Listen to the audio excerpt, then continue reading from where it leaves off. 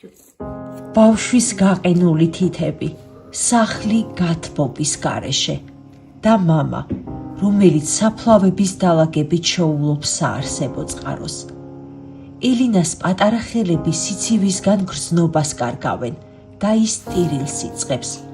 აქ ისინი ნაკელით თბებიან, არა იმიტომ, რომ სურთ, არამედ იმიტომ, რომ უბრალოდ სხვა გზა არ აქვთ სითბოს შესანარჩუნებლად.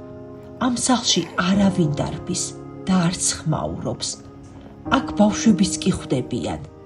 ჩვენს მშობლებს ძალიან უჭირთ.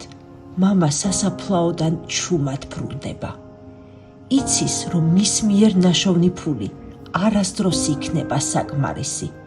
ამ ოჯახს ბავშვებისთვის თბილი ტანსაცმელი, საკვები და უმარტივესი ნივთები სჭირდება.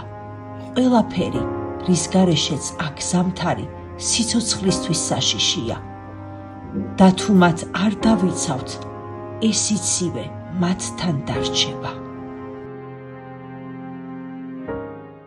გადარიცხეთ ნებისმიერი თანხა ჩერნოვეცკის ფონდის ოფიციალური საიტის მეშვეობით.